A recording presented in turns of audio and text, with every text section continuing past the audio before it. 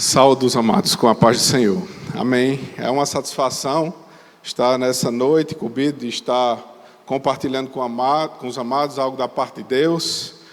Me coloquei em oração diante do Senhor e tive uma direção para compartilhar algo com os amados nesta noite, para a gente meditar acerca das riquezas da palavra do Senhor. Eu gostaria de convidá-los a abrir a palavra de Deus no livro de Êxodo. No livro de Êxodo, no capítulo 13.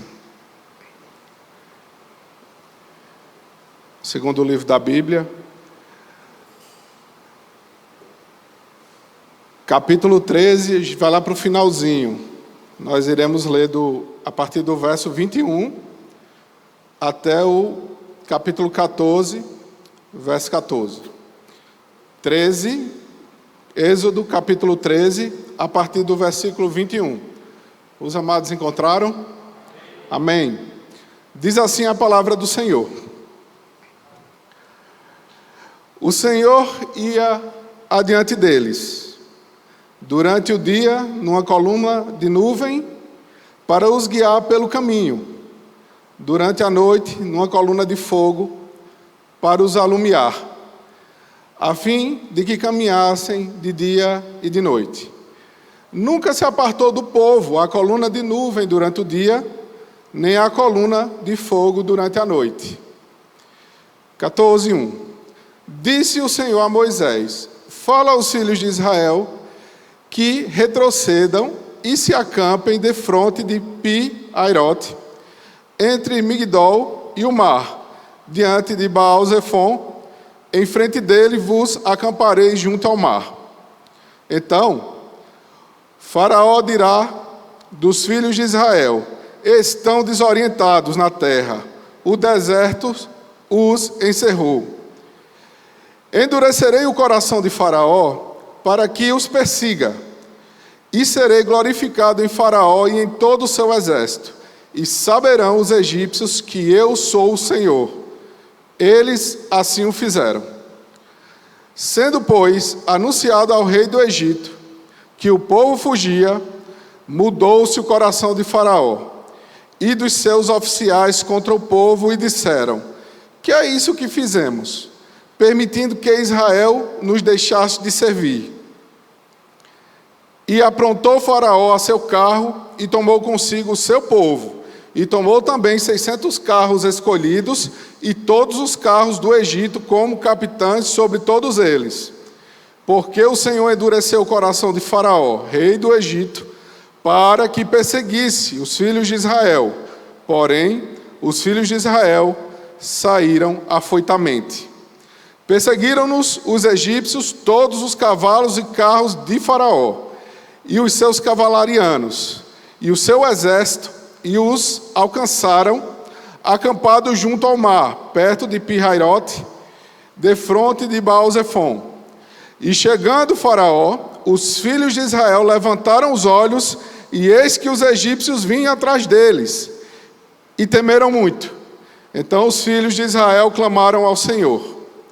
Disseram a Moisés: será por não haver sepulcros no Egito que nos tiraste de lá, para que morramos nesse deserto? Porque nos trataste assim, fazendo-nos sair do Egito? Não é isso o que te dissemos no Egito? Deixa-nos, para que sirvamos aos egípcios. Pois é melhor nos fora servir aos egípcios do que morremos no deserto. Moisés, porém, respondeu ao povo: não temais. Aquietai-vos e vede o livramento do Senhor, que hoje vos fará. Porque os egípcios que hoje vedes, nunca mais os tornarás a ver. O Senhor pelejará por vós, e vós vos calareis. Amém. Louvado seja o nome do Senhor. Meus amados irmãos, antes de mergulharmos no cerne, no centro da mensagem que eu tenho para entregar nesta noite, eu gostaria de comentar algo acerca desse episódio, acerca do contexto por trás desta passagem. Aqui, meus amados irmãos, nós estamos diante do povo de Israel saindo de um período de escravidão no Egito, que durou cerca de 400 anos. No final desse cativeiro, Deus derramou 10 pragas sobre o Egito. Essas pragas eram juízos sobre aquele povo que tinha o seu líder com o coração endurecido. Faraó não estava deixando o povo sair do Egito para adorar o Senhor no deserto. Então, o Senhor derramou 10 pragas, e cada uma das 10 pragas simbolizavam a fraqueza do povo egípcio, porque elas feriam o poder que aqueles deuses daquela mitologia ofereciam. Por exemplo, Ra era um deus muito adorado e conhecido entre os egípcios. E na 9ª praga houve escuridão no Egito. E o sol de Ra, o Ra era o deus do sol, e o sol não deu sua luz, porque o Egito foi tomado por uma escuridão densa. E essa era a afronta, em relação a esse Deus, que não tinha poder algum. E por último, na última praga, a 10ª praga, houve a morte dos primogênitos do Egito, que foi instituída a Páscoa para o povo judeu. Então, nessa última praga, o poder de Faraó foi afligido, porque ficou claro que o Faraó não tinha poder nenhum, apesar de ter status de Deus, sobre o povo, porque o anjo da morte do Senhor desceu sobre o Egito e matou cada um dos seus primogênitos. Mas no povo judeu, em cujos umbrais das portas estava a marca do sangue do Cordeiro, o anjo passou direto, passou por cima. Por isso que chama-se que é passagem. O anjo passou por cima e por isso que instituiu a Páscoa, porque feriu os primogênitos do Egito, e o povo de Deus, que tinha o sangue do Cordeiro nos umbrais da porta, foi poupado. Depois dessa última praga, Faraó e o povo do Egito expulsou os israelitas, os hebreus, do Egito. E aqui agora eles estão sendo liderados por Moisés, que foi levantado por Deus para essa missão de levar o povo escravo até a terra de Canaã, a terra prometida. Então, esse é o povo que está acampado aqui de frente ao mar e que contemplou a chegada do exército de Faraó, que enfurecido, como nós lemos no texto, em que ele mudou o posicionamento dele em relação aos israelitas. Não, eles não vão deixar de nos servir, vamos em busca deles. E colocou todo o seu exército à disposição dessa campanha militar para perseguir o povo de Deus. E, meus amados irmãos, esse povo, essa marca a história da libertação desse povo, que foi encabeçado por Moisés. E aqui nós vemos Deus operando grandemente durante a descrição dessa passagem. Nós vemos como mão forte Deus derramou essas pragas sobre o Egito para que o povo de Israel fosse liberado. Desbancou as divindades do Egito, inclusive todo o panteão de deuses foi colocado abaixo na descida das 10 pragas, e a mão forte e extraordinária do Senhor pode ser vista e contemplada em cada uma dessas ações. E isso marcou o fim da escravidão do povo judeu durante esses 40 anos. No entanto, em seguida, a partir de Êxodo, nós vamos ver como se desenrolará a história de Israel a partir de então. Um povo conhecido por ser de duras cerviz. Um povo que muitas vezes, durante o relato de Êxodo, nós iremos ver, contemplar, virando as costas para Deus em vários quadros de desobediência. Com o coração endurecido, rebelando-se contra Deus, falando diversas palavras de murmúrio e de reclamação, como, por exemplo, nós podemos contemplar aí nos versos 11 e verso 12 do capítulo 14, em que diante do mar, aquele povo contempla o exército dos egípcios vindo em sua direção, vai até Moisés e pergunta: será que lá no Egito não tínhamos sepulcros o suficiente para que fôssemos exterminados, para a gente ser exterminado aqui no deserto? Por que tu não nos deixasse lá, para servirmos como escravos aos egípcios, para continuarmos da mesma forma e não morrer no deserto? É isso que está sendo dito no verso 11 e no verso 12.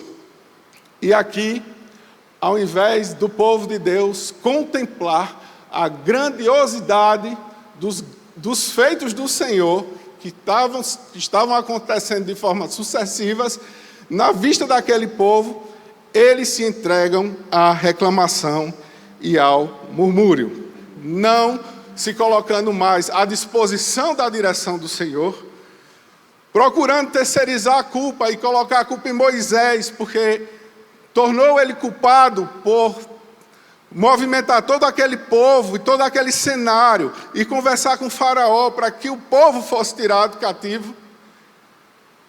E agora esse povo está diante de Moisés, murmurando e achando ruim todo aquele cenário.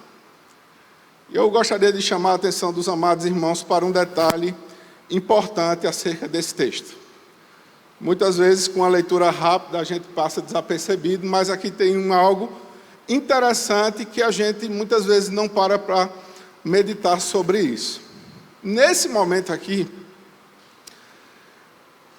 existia uma provisão de Deus sobre o povo de Israel. Eu pergunto a vocês, quando nós lemos no capítulo 21, no capítulo 22 do verso 13, o que foi que Deus disse que não iria deixar de existir ali, enquanto eles estivessem naquele deserto, uma provisão do Senhor, que se tratava do quê? Da coluna de nuvem. Naquele momento ali, havia uma coluna de nuvem colocada diante do povo de Israel durante o dia.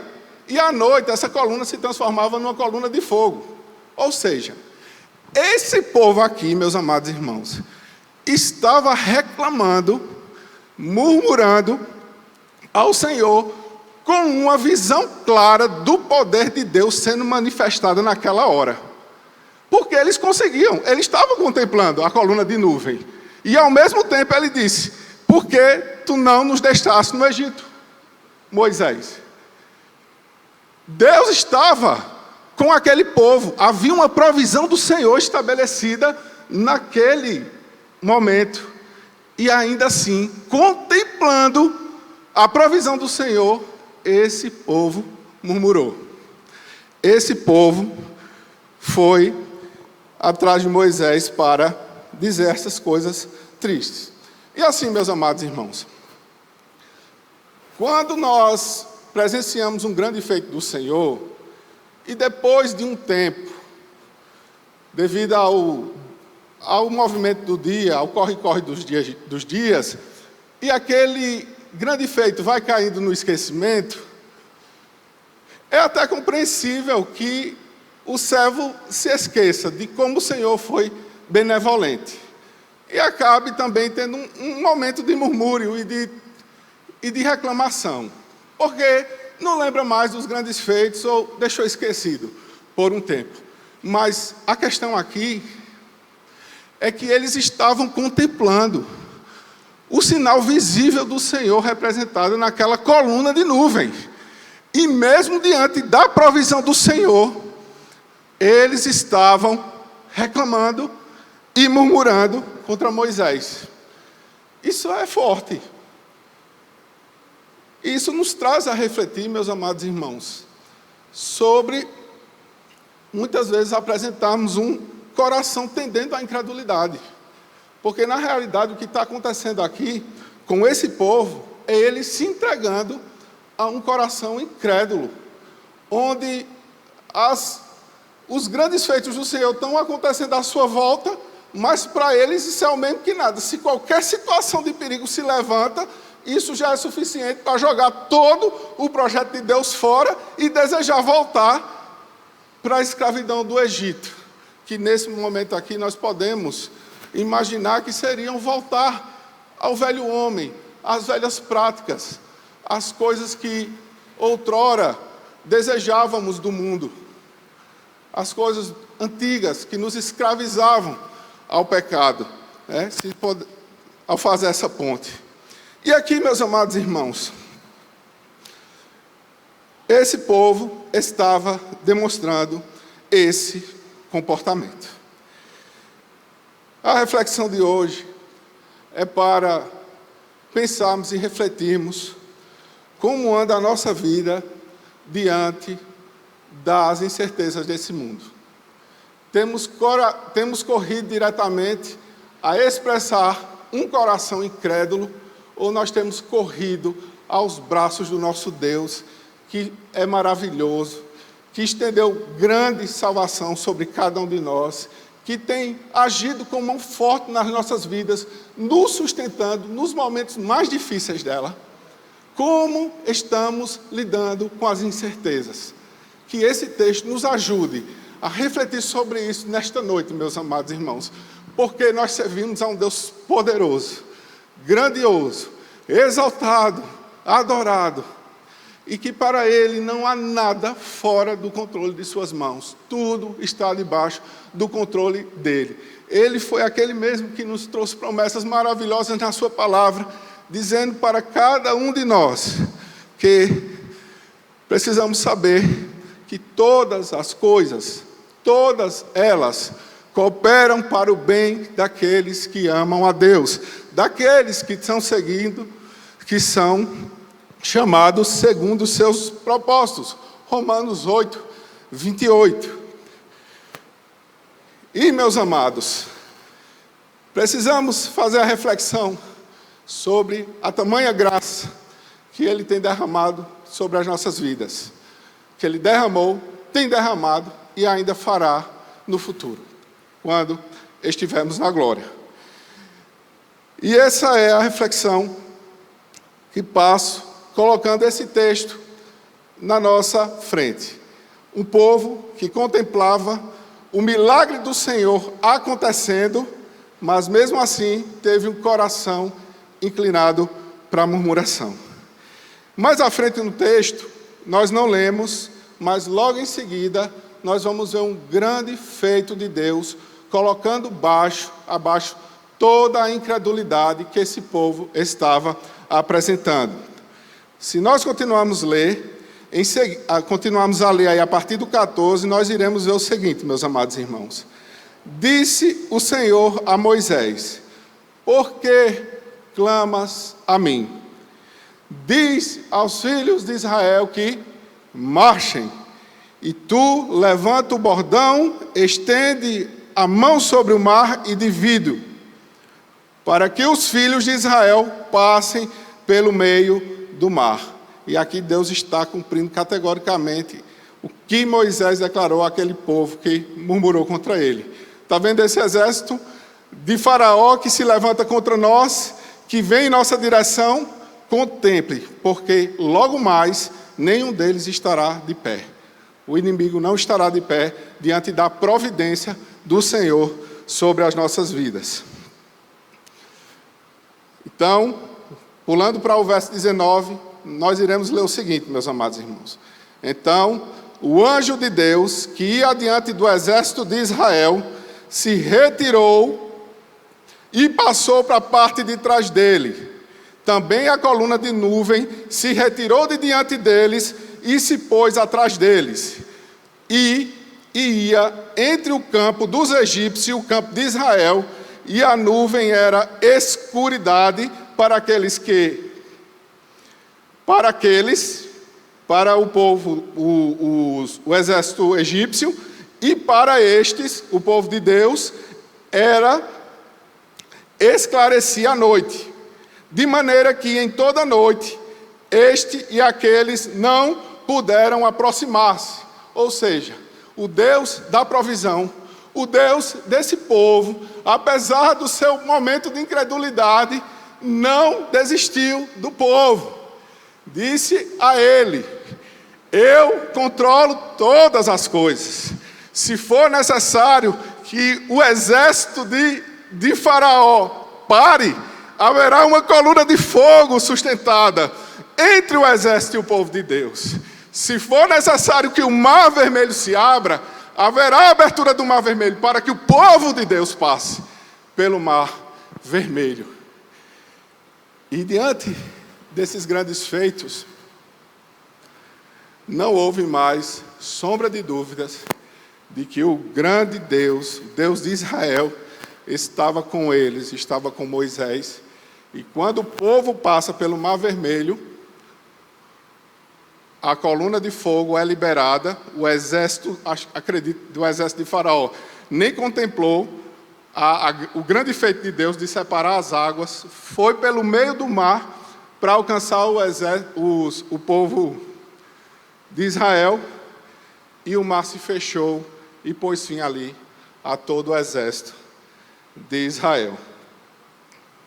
Contemple, meus amados irmãos, esse momento, porque muitas vezes a gente diz: se eu contemplasse um grande feito do Senhor, talvez meu coração não tivesse dúvidas, não se enchesse de dúvidas, não tivesse dúvidas sobre a provisão e a benevolência do Senhor sobre a minha vida. Mas eu quero, meus amados irmãos, deixar essa mensagem para os amados nessa noite, que apesar de termos essa natureza pecaminosa, que ela nos traz para uma situação em que a gente tende a se afastar da presença de Deus, nós precisamos lembrar de algo maravilhoso que o Senhor Jesus nos deu e que habita em nós, que é o seu Santo Espírito. Lógico, longe de mim comparar o maravilhoso Espírito do Senhor com aquela coluna de nuvem que foi estabelecida nessa época, mas nós podemos contemplar um maravilhoso feito do Senhor sobre as nossas vidas, ao permitir que o seu Santo Espírito habite em nós. E esse é um milagre visível que constantemente nós estamos contemplando, que não pode, meus amados irmãos, não deve permitir que tenhamos um coração que corre para o murmúrio e para a reclamação. O Senhor tem cuidado do seu povo, tem cuidado, tem abençoado, tem sustentado, tem sido Deus forte e poderoso sobre as nossas vidas. Nós podemos contemplar isso nos mínimos detalhes, mas sobretudo, não esqueça, há um Santo Espírito que habita em nós, um Santo Espírito que Ele nos acalenta, que Ele nos conforta, que muitas vezes toma a nossa posição em oração, com gemidos inexprimíveis diante do Senhor. E nós podemos contemplar um grande feito do Senhor, o milagre do Senhor, estando conosco todos os dias. Não temos motivos para correr em direção ao murmúrio e à reclamação. Então eu gostaria de trazer nesse momento um exemplo maravilhoso de um servo de Deus, que quando eu lembro desse feito, dessa atitude dele, ele é do século XIX, ele viveu mais ou menos em 1805, 1856, que é o George Miller. Conta a história, nos livros nós podemos encontrar essa história, de que o George Miller, ele tomava conta, sabe, meus amados irmãos, dos orfanatos lá de Bristol, na Inglaterra. Inclusive, o George Miller era conhecido como um guardião dos orfanatos daquela cidade, de Bristol. E a história conta que um dia, ele estava em um dos orfanatos e ia tomar o café da manhã com uma quantidade de crianças. Tinha aproximadamente lá pouco mais de 100 crianças, e que eles iam se servir do café da manhã, só que tinha um problema. Não tinha nenhuma comida no orfanato para oferecer àqueles órfãos, aquelas crianças. Então, Eu faço essa pergunta a nós nessa noite. Que tipo de atitude nós teríamos se nós cuidássemos de um conjunto de 100 ou mais crianças e nos deparássemos com essa situação em que não há alimento para dar para as crianças?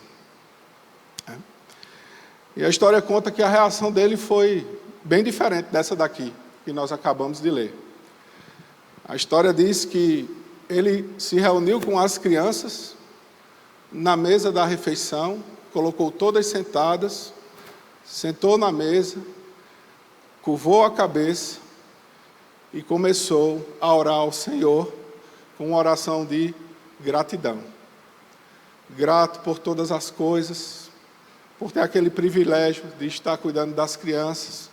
Enfim, dedicou-se naquele momento de terrível calamidade, situação, não tendo expectativas de como ia alimentar as crianças, se entregou a uma oração de gratidão, de ações de graças. Em seguida, momentos depois, a porta do orfanato bate. Um dos cooperadores vai até a porta, abre a porta, e ali tem um homem que estava conduzindo uma carroça, e ele fala o seguinte: olha, eu estava me dirigindo até o mercado para comercializar o leite, só que a roda da carroça quebrou. E eu não tenho como chegar lá a tempo antes do leite estragar. Então eu vou doar o leite para vocês, para que você possa dar às crianças e esse leite não se perca. Então, ele pegou o leite e serviu às crianças. Em seguida, George Miller sentou novamente na mesa, curvou sua cabeça diante do Senhor e fez novamente uma oração de ações de graças, agradecendo a Deus pela provisão. Momentos depois, bate a porta novamente. E naquele momento que o cooperador foi até a porta abrir, lá estava o padeiro, um dos padeiros que tinham uma das grandes padarias de Bristol.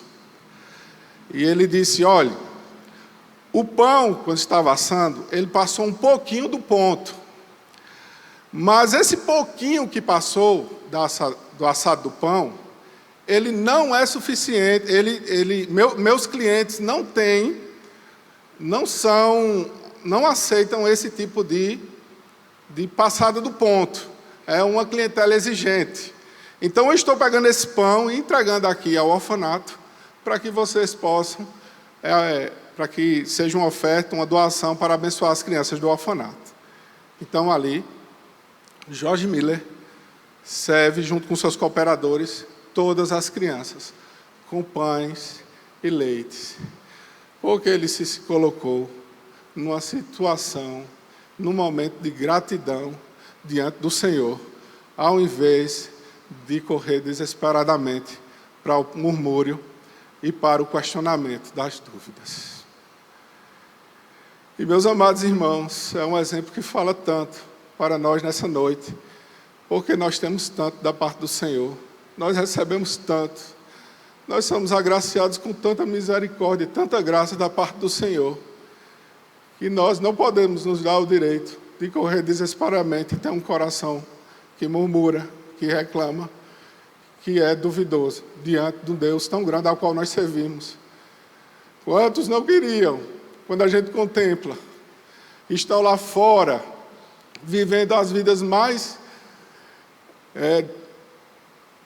complicadas possíveis, nesse mundo afora, que poderiam estar aqui juntamente conosco, o povo de Deus, se ajuntando para adorar o Deus Santo, verdadeiro, que vai nos buscar para morar eternamente com Ele. Quantos, meus amados irmãos, que a gente contempla e pede por misericórdia ao Senhor para que aquela vida seja alcançada. E não tem, meus amados irmãos, o privilégio de estar aqui conosco, nessa noite, contemplando, adorando a esse Deus, contemplando as maravilhas dele, sendo alimentados por meio da sua palavra. Que nós possamos, meus amados irmãos, nessa noite, olhar para esse exemplo, olhar para esse coração apresentado na palavra de Deus e rogar ao Senhor que não permita que tenhamos um coração ingrato, que corre desenfreadamente para a incredulidade. Contemple os diversos milagres, as diversas maravilhas que o Senhor tem feito para cada um de nós.